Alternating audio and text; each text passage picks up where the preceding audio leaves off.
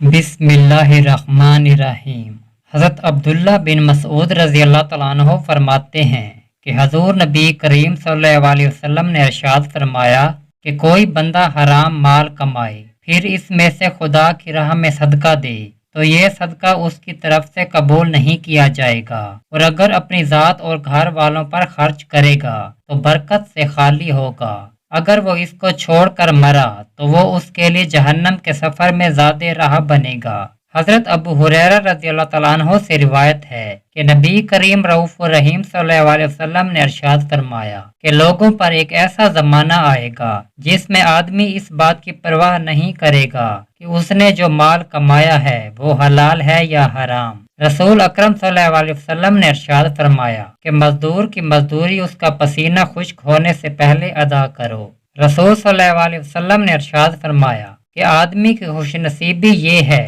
کہ جو کچھ اللہ اس کے لیے فیصلہ کرے اس سے راضی ہو، اس پر قناعت کرے۔ آدمی کی بدبختی یہ ہے اللہ سے خیر اور بھلائی کی دعا نہ کرے، اور آدمی کی بدنصیبی یہ ہے کہ اللہ کے حکم اور فیصلے پر ناراض ہو۔ حضرت ابو امامہ باہلی رضی اللہ تعالیٰ عنہ سے روایت ہے کہ حضور اکرم صلی اللہ علیہ وسلم نے ارشاد فرمایا کہ اے لوگو، تم لوگ تہجد کی نماز کو اپنے اوپر لازم کر لو، اس لیے کہ تم سے پہلے جو اللہ کے بندے گزرے ہیں ان کا یہی طریقہ رہا ہے، اور یہ تہجد کی نماز تمہارے رب سے قریب کرنے والی، چھوٹے گناہوں کو مٹانے والی اور بڑے گناہوں سے روکنے والی چیز ہے۔ حضرت ابو ہریرہ رضی اللہ تعالیٰ عنہ سے روایت ہے کہ نبی کریم صلی اللہ علیہ وسلم نے ارشاد فرمایا کہ جس شخص کو اللہ عز و جل نے مال دیا ہو اور وہ اس کی زکوٰۃ ادا نہ کرے تو قیامت کے دن وہ مال ایک گنجے سانپ کی شکل میں بنا دیا جائے گا، اور وہ اس کی باچھیں کاٹ کاٹ کر کھائے گا